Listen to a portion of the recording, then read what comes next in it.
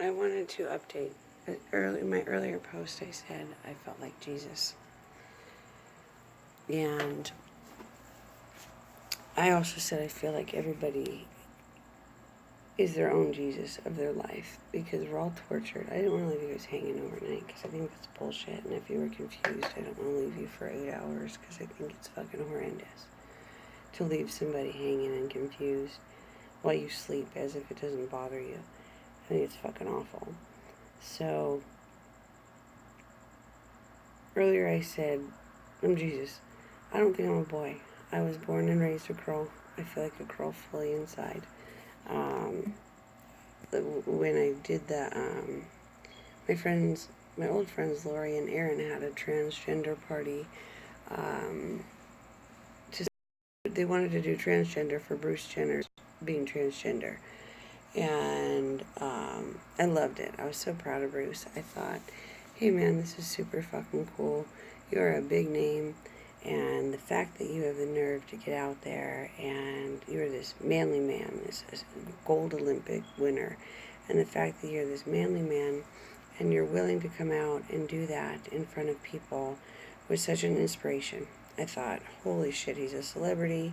And I thought, this is fucking awesome. But Lori and Aaron wanted to do a transgender party. They both dressed as boys. I didn't. I dressed as a flamboyant girl. Because that's who I am. I'm a girl all through and through. 100%. Fake it and dress as a boy. But I dressed up like a flamboyant woman. And I had feather lashes on. And I think I wore my top hat. And I dressed like just a wild-ass woman, because that's who I am. And I had a lot of fun with it. So I don't actually think I'm Jesus as in boy form or whatever, but I do feel like I've been tortured in life just like Jesus. And I do feel like all of us have been tortured. That's why I said we're all our own Jesuses. And to clarify it, I just want you to know that, like, when I went through my shit starting in 2016, starting in my jail stint, I will have a really hard time talking about this because it's really,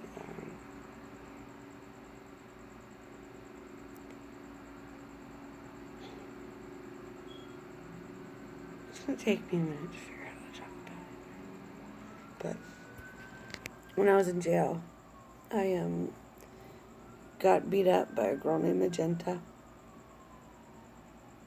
It was a whole deal where I was sitting in the lineup. First I went in there, and one of the cops, well, I guess I can start. I got arrested. I don't even know where to start. I'm just going to start with the arrest tonight, and then I can keep going. I think I can get through that one, because it was a crazy night, but I felt strong, at least. So, I actually I was packing up my house on Campo Bello, and Joe didn't want anything from the house, so I was just there packing. I wasn't spending the whole time packing, or most of the time packing. I was artsing. I was doing art, and I was doing a little bit of research. But on the way there that day, I heard the song Me So Horny on the radio, and I was like, okay, this is weird. I haven't heard this in a long time, but I was playing with it. And I was trying to keep my spirits up as much as I could, for as scared as I was. I was taking my dog there. My dog was there with me every day. But it was a weird situation. So I stopped, I got Peter Piper, and I went to the house. And then I started kind of packing, but researching. And I went up to Joe's office, and I got on his computer, and I started looking through, and I smoked hash. I found some hash, and I smoked some hash. And I got on his computer, and I started researching. And I found on the computer all kinds of STD online testing, and HIV testing online, and all kinds of shit. And I was pretty much fed up at that point, because I realized he was putting me in danger by who was he having sex with? Why did he need these online tests? I didn't fucking understand it, right? And on the way home, I was staying at my parents' with a crush at the time. On the way home for some reason I was guided to Glendale, to the stadium, to the big stadium. And I walked in and I was like, okay. I thought this shit was over. So I don't know what was going on in my head. It wasn't the hash. The hash was good. The hash was good, just like pot, stronger pot, like a strong pot. It wasn't the hash, but I went to, and I'd smoked it a lot earlier, as I can remember, maybe before I left. I just don't want to be a liar. I don't want to implicate myself. I don't want you to go back and see that I was a liar. So I might have smoked a bowl before I left. There was only a tiny bit of hash, like this big. It's like a chunk of like looks like resin pretty much, but it was a rectangular square. And I drove to the stadium. And I am not shitting you. I expected to be done with this shit. I expected someone to be there to save me. That I would walk in, and I don't know why. I don't know why I was guided there.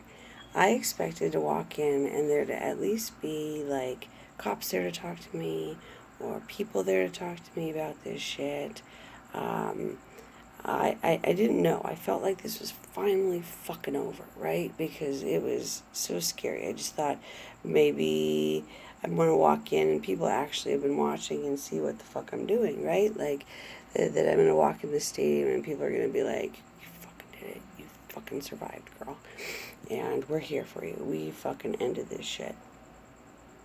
And I walked in and it didn't happen. It fucking didn't goddamn happen. There was nobody there, and the security guard was like, oh, you can't be here. And I was like, holy fucking shit, what guided me here? I don't know. It's part of the spiritual experience. I'm just telling you, it was the music. I was like, what the fuck guided me here today? And they said, you can't be here. So I sat outside on the ground, and I had a cigarette, and I was like, what the fuck? What the goddamn fuck? And so I get in my car, and I'm driving home, and a song plays on the radio, and it's called Promise. Promise by Kid Ink. And it says, girl, I got you. You deserve this. Go do it. And I was driving by Joe's mom.